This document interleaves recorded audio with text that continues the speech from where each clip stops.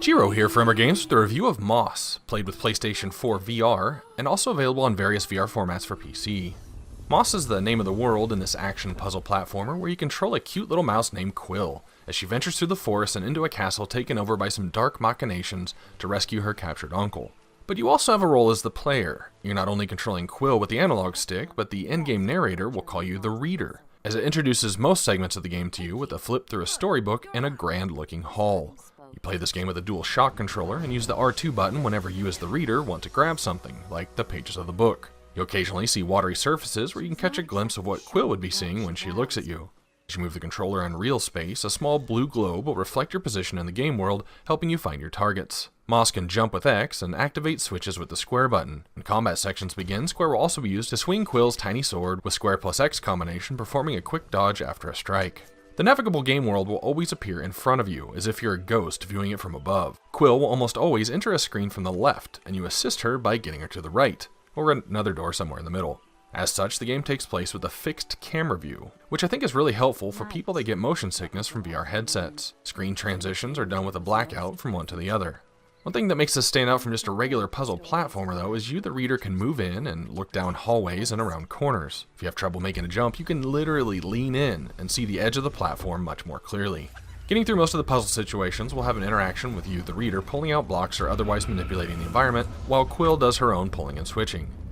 I don't think I ever really got hung up too much, and thankfully the game is chock full of checkpoints as you make your progress should you slip or make a mistake. Combat is against a few forms of mechanical beetles, one kind that tries to stab you, one that shoots at you, and one that self-destructs. You as the reader can control one bug at a time using R2 and leading them around, but it's often more useful in solving puzzles than combat. Quill can take 2 hits, and on the third, you'll restart from the last checkpoint.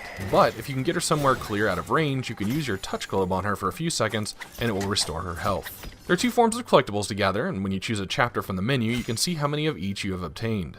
One is colored dust that comes from breaking destructible items that will fill up a bottle in the hall to the left of the Moss book, and the other are scrolls, which reconstruct a picture in the hall next to the Moss book on the right. The game took a little over 3 hours to get through at a leisurely pace, with probably another hour or 2 to go back and scrounge the game world for collectibles. It's definitely left open for a sequel. Graphically, what you see recorded on the screen is pretty drastically different, not just in flatness obviously, but also a little color and vibrancy. The art style is extremely charming, Quill's animation is really well done, and going through tiny mouse castles and villages, including a little mouse pub, is really fun to see. I will give my personal disclaimer here, as I usually do with virtual reality games. I'm still not sold on the medium. I often call it a gimmick.